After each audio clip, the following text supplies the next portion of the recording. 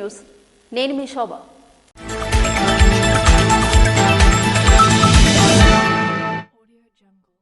తలసముద్రం గ్రామంలో ఎంతో భక్తి శ్రద్ధలతో ఏకాహం కార్యక్రమాన్ని నిర్వహించారు.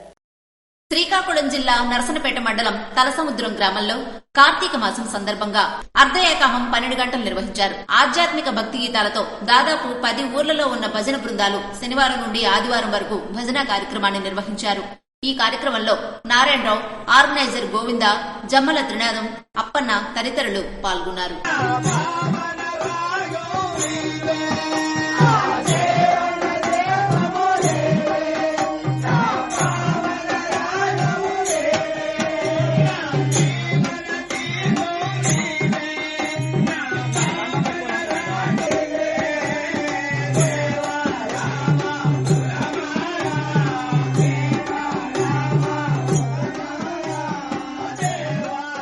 కపాస్కుద్ది గ్రామంలో రాష్ట్రీయ స్వయం సేవక్ సంఘ సేవకులు కోజాగిరి ఉత్సవాన్ని ఘనంగా నిర్వహించారు. శ్రీకాకుళం జిల్లా కవిటి మండలంలో నిర్వహించిన కోజాగిరి ఉత్సవాల్లో ముఖ్య వక్త కృష్ణారావు మాస్టర్ మాట్లాడుతూ, కోజాగిరి ఉత్సవాన్ని రాష్ట్రీయ స్వయం సేవక్ సంఘ్ దేశవ్యాప్తంగా నిర్వహిస్తుంది. కార్తీక పున్నమి నాడు ఆ పున్నమి వెన్నెల వెలుగులో భారత్ మాతాకి జై నినాదాలతో స్వయం సేవకులందరూ అలిసేదాకా ఆటలాడి పాటలు పాడి తరువాత ఆ వన్నెలలో పాలు కాచుకుని కార్తీక చంద్రుని కిరణాలు తాకిన ఆ పాలని సేవిస్తారు. ఆ ఆటపాటలతో వారి చదువులు, పదవులు, ఆర్థిక స్థితిగతులు, కుల వర్గ అంతరాలేవి కానరావు. అసలేవి వారికి గుర్తే రావు. ఉన్నదొక్కటే, మనమంతా తల్లి భారతి సంతానం, మనమంతా అన్నదమ్ములం. అదే సంఘం వ్యక్తులలో నింపే సంస్కారం, అదే సామాన్యుడిని సైతం అసామాన్యుడిగా తీర్చిదిద్దే సంఘ తంత్రం. విదేశీ దండయాత్రలు, ముస్లిం మూకల దాడుల సమయంలో గ్రామాల్లోని యువకులు వంతుల వారీగా మేల్కొని గ్రామానికి కాపలా కాసేవారు. ఎవరైనా ముష్కరుడు ఊర్లోకి వస్తున్నారంటే వారితో కలబడేవారు, ఊరిలోని వారిని మేల్కొల్పేవారు. అలా మొదలైంది ఈ కోజాగిరి ఉత్సవం. దానికి గుర్తుగా పవిత్ర కార్తీక పౌర్ణమి నాడు వెన్నెల వెలుగులో ఆటపాటలతో ఉత్సాహంగా ఈ కార్యక్రమాలు జరుపుకునే ఆనవాయితీ ఉత్తర భారతదేశంలో ఎక్కువగా కనిపిస్తుంది.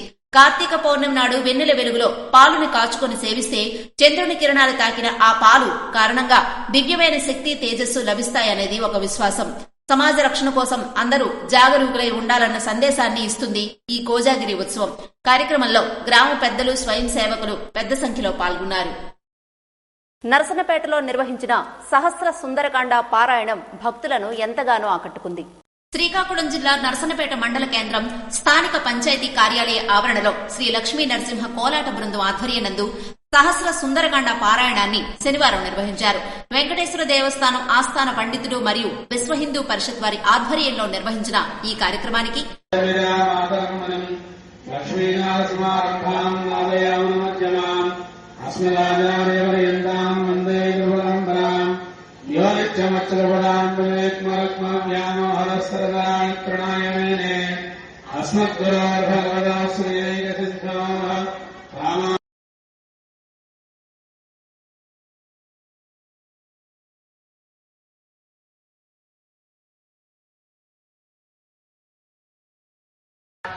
ఈరోజు నరసన్నపేటలో శ్రీకాకుళం జిల్లాలో అతి వైభవంగా సహస్ర సుందరకాండ పారాయణ కార్యక్రమం నిర్వహించుకుంటున్నాం. ఈ కార్యక్రమానికి ముఖ్య ఉద్దేశం ఏంటి అంటే, మన దేశం పునర్వైభవంతో విశ్వగురువుగా నిలవాలి అని, మళ్ళీ అంతా పునర్వైభవం రావాలని ముఖ్య ఉద్దేశంతో, అలాగే ప్రస్తుత పరిస్థితుల్లో పిల్లలకి పెద్దవాళ్ళంటే గౌరవం ఉండడం లేదు.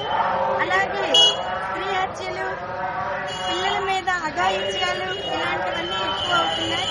ప్రతి ఒక్కరిలో భక్తి, భయం రెండూ ఉండాలి అనే ఉద్దేశంతో ఆ హనుమంతుల వారు శ్రీరామచంద్రులకి సేవ చేసుకుని, అలాగే సీతమ్మ వారిని జాడ తెలుసుకుని అశోకవనంలో మళ్ళీ శ్రీరామచంద్రుని, సీతమ్మ వారిని కలపడం ఎంతటి విశేషమైన కార్యమో అటువంటి కార్యాన్ని సుందరకాండగా మన పెద్దలు చెప్పారు.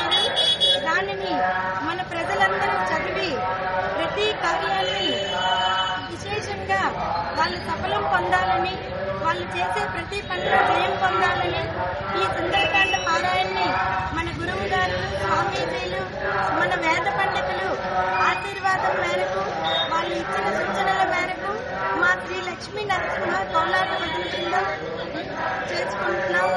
ఈ కార్యక్రమాన్ని జయప్రదం చేసిన అందరికీ పేరు పేరున ధన్యవాదాలు తెలియజేస్తున్నాం. అలాగే మాకు సహకారం అందించిన మన నరసన్నపేట గ్రామ పురజనులందరికీ కూడా ధన్యవాదాలు తెలియజేస్తున్నాం. ఇక్కడికి విచ్చేసిన మీడియా ప్రతినిధులు వందలాది మంది భక్తులు పాల్గొన్నారు. వేద పండితులు మంత్రాల సాక్షిగా కార్యక్రమానికి విచ్చేసిన వందలాది మంది భక్తులు సుందరకాండ పారాయణం చేయడంతో ఆధ్యాత్మికత భక్తిభావం పెంపొందుతుందని కార్యక్రమ నిర్వాహకులు లక్ష్మీ నరసింహ కోలాట బృందం ప్రతినిధి వారణాసి సంతోషి తెలిపారు. ఎచ్చర్ల మండలం ఫరీద్పేట గ్రామానికి చెందిన ఆర్మీ జవాన్ కి ఘన నివాళులు అర్పించిన గ్రామస్తులు. శ్రీకాకుళం జిల్లా ఎచ్చర్ల మండలం ఫరీద్పేట గ్రామానికి చెందిన లాన్స్ నాయక్ మొదల వలస చిన్నారావు అనే ఆర్మీ జవాన్ ఈ నెల 13న రాజస్థాన్ రాష్ట్రం బికనేరులో ఆత్మహత్య చేసుకున్న విషయం తెలిసిందే. అతని మృతదేహాన్ని శనివారం స్వగ్రామానికి తీసుకొచ్చారు. అనంతరం అధికార లాంఛనాలతో అంత్యక్రియలు నిర్వహించారు. అనంతరం స్థానిక ఎక్స్ సర్వీస్ మెన్లు తమ గౌరవ వందనాన్ని సమర్పించారు. తదుపరి లోకల్ పోలీసు వారు గౌరవ వందనాన్ని సమర్పించారు. స్థానిక ప్రజలు కూడా తండోపతండాలుగా వీడ్కోలులో పాల్గొన్నారు. కార్యక్రమంలో జిల్లా మాజీ సైనికుల అధ్యక్షులు పూర్ణచంద్రరావు కటకం, అసిస్టెంట్ జనరల్ సెక్రటరీ రామకృష్ణ, కోశాధికారి సింహాచలం మరియు మాజీ సైనికులు పాల్గొన్నారు. ముఖ్యమంత్రి నారా చంద్రబాబు నాయుడు సోదరుడు రామ్మూర్తి నాయుడు మృతి బాధాకరమని టీడీపీ తెలుగు మహిళా నియోజకవర్గ అధ్యక్షురాలు గొండు స్వాతి శంకర్ అన్నారు.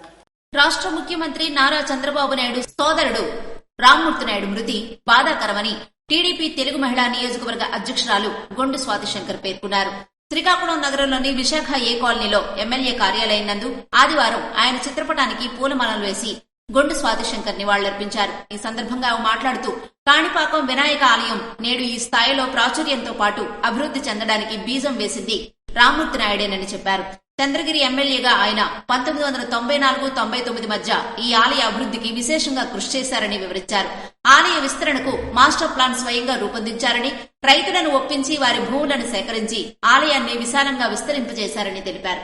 చిత్తూరు ఐరాల రోడ్డులోని అగరంపల్లి వద్ద ప్రధాన స్వాగత తోరణ నిర్మాణం, అక్కడి నుంచి కాణిపాకానికి రోడ్డును విస్తరించి డివైడర్లతో కూడిన డబుల్ రోడ్డు నిర్మాణం వంటివి ఆయన చొరవ వల్లే జరిగాయని గుర్తు చేశారు. ఆలయంలో ఆర్జిత సేవలను మెరుగుపరిచి భక్తులు పెరిగేందుకు కారకులయ్యారని వివరించారు. కార్యక్రమంలో నియోజకవర్గ వ్యాప్తంగా టీడీపీ నాయకులు, కార్యకర్తలు అధిక సంఖ్యలో పాల్గొని రామ్మూర్తి నాయుడుకు నివాళులర్పించారు. జడూరు జంక్షన్ వద్ద భారీ బొగ్గు పోలాకి మండలం జడూరు జంక్షన్ వద్ద జాతీయ రహదారికి ఆనుకుని ఉన్న ఒక ప్రైవేటు ఎంటర్ప్రైజెస్ సంస్థ ఆధ్వర్యంలో బీహార్ కు చెందిన కొంతమందితో భారీ బొగ్గు, ఐరన్ ఓర్ కుంభకోణం జరుగుతుంది. జార్ఖండ్, ఒరిస్సా నుంచి వచ్చే బొగ్గు, ఐరన్ ఓర్ లారీలను ఇక్కడ నిలిపి వాటిని తస్కరించి ఆ లారీకి సరిపడా వెయిట్కు వేస్టేజ్ తో నింపి ఇక్కడి నుంచి తిరిగి పంపిస్తున్నారు. అవి వైజాగ్ లో కొన్ని ప్రాంతాలకు నాణ్యమైన బొగ్గు పేరుతో చేరుతున్నాయి. జాతీయ రహదారిపై ప్రతిరోజు పదుల సంఖ్యలో లారీల్లో ఈ కుంభకోణం జరుగుతుంది. దీన్ని అధికారులు పర్యవేక్షించకపోవడం వల్ల ప్రభుత్వ ధనం దుర్వినియోగమవుతుంది. ఎత్తైన రేకులతో నిర్మించిన ఆ ఎంటర్ప్రైజెస్ లోపలికి వెళ్లి సగం బొగ్గును తొలగించి నాసిరకం బొగ్గును, వేస్ట్ మెటీరియల్ ను నింపి పంపిస్తారు. ఇది గత కొన్నేళ్లుగా జరుగుతూ కేంద్ర రాష్ట్ర ప్రభుత్వాలను మోసం చేస్తున్నారు. ఆంధ్రవలస మండలం చింతాడలో రాజ్యాంగ హక్కుల పరిరక్షణ వేదిక కరపత్రాలను ఆవిష్కరించారు. ఆదివారం ఆంధ్రవలస మండలం చింతాడలో రాజ్యాంగ హక్కుల పరిరక్షణ వేదిక నాయకులు నవంబర్ 26న జరగబోయే కార్యక్రమానికి కరపత్రాలు ఆవిష్కరించారు. ఈ సందర్భంగా వారు మాట్లాడుతూ 77 ఏళ్ల స్వతంత్ర భారతావనికి, ప్రస్తుత పాలకుల ఏలుబడిలో ప్రజాస్వామ్యానికి, లౌకిక తత్వానికి, సామాజిక న్యాయానికి ప్రమాదం పొంచి ఉందని, రాజ్యాంగ సమీక్ష పేరుతో రాజ్యాంగ మౌలిక స్వరూపాన్ని, ధర్మాన్ని ప్రస్తుత పాలకులు చేర్పివేయాలని చూస్తున్నారని, దానికి తూట్లు పొడిచి పార్లమెంటరీ విధానాన్ని రూపుమాపి కేంద్రీకృత ఆర్థిక తరహా పాలన స్వతంత్ర దేశంలో ప్రవేశపెట్టాలని తాజాగా పాలకులు పావులు కలుపుతున్నారని, ప్రజాస్వామ్య వ్యవస్థలో సాధ్యం కాని ఒకే దేశం, ఒకే ఎన్నికల నినాదంతో జమిలీ ఎన్నికలు జరపాలనే బీజేపీ మతోన్మాద పార్టీలను ప్రజలంతా ముక్తకంఠంతో ఖండించాలని, ఆ నేపథ్యంలో భారతదేశం మొత్తం నవంబర్ 26వ తేదీన రాజ్యాంగ దినోత్సవాన్ని జరుపుకోవాలని రాజ్యాంగ హక్కుల పరిరక్షణ వేదిక నాయకులు పిలుపునిచ్చారు. కార్యక్రమంలో కుల నిర్మూలన పోరాట సమితి రాష్ట్ర ఉపాధ్యక్షులు మిస్కా కృష్ణయ్య, సామాజిక న్యాయ పోరాట సమితి జిల్లా ప్రధాన కార్యదర్శి దుర్గాస్ గణేష్ తదితరులు పాల్గొన్నారు. నర్సనపేట మండలం జమ్ము పంచాయతీ జగనన్న కాలనీలో దొంగల బీభత్సం. నర్సనపేట మండలం జమ్ము పంచాయతీ జాతీయ రహదారిలో మందలమ్మ గుడి ఎదురుగా ఉన్న ఇంట్లో శనివారం చోరీ జరిగింది. ఇంటి యజమాని ముంగి శాంతారావు తన వ్యక్తిగత పనుల నిమిత్తం బయటకు వెళ్లి వచ్చేసరికి దొంగతనం జరిగినట్లుగా 1,98,000 రూపాయలు అపహరణకు గురైనట్లుగా పోలీసులకు సమాచారం అందించారు. దీంతో CI J Srinivasarao, SI Durgaprasad ఘటనా స్థలానికి చేరుకుని కేసు నమోదు చేసుకున్నారు.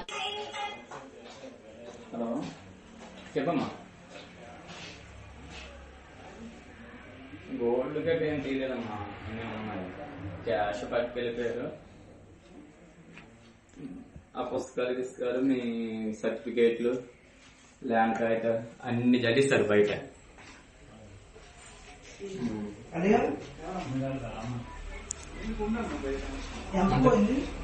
క్యాష్ 1,98,000. బంగారం ఉంది కానీ అది అలాగా. ఇవి ఈనాటి వార్తలు. మరిన్ని వార్తలతో మళ్ళీ కలుద్దాం. చూస్తూనే ఉండండి SS న్యూస్.